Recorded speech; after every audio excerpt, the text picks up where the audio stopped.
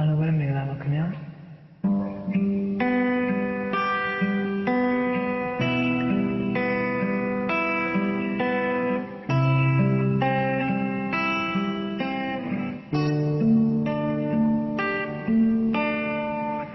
ပြုံးလေးအမေပြုံးလေးကျွန်တော်လွမ်းနေသူမဆုံးမခဲ့တဲ့မိစကားလေးကျွန်တော်လွမ်းနေ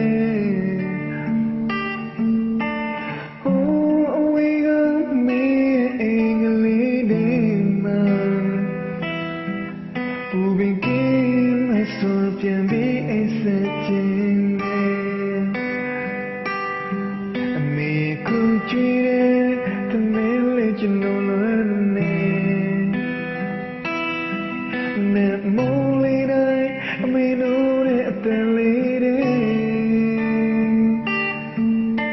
အဝေးရတဲ့အမေချစ်ဆုံးတန်ငယ်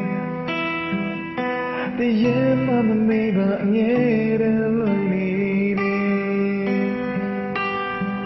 ရင်ရင်ချောင်းကဝေးရောက်တော့လေ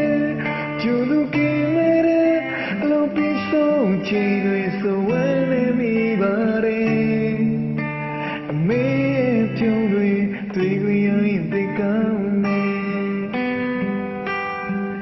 ရင်ရင်ချောင်းကဝေးရောက်တော့လေရောက်သေးပဲရှိတဲ့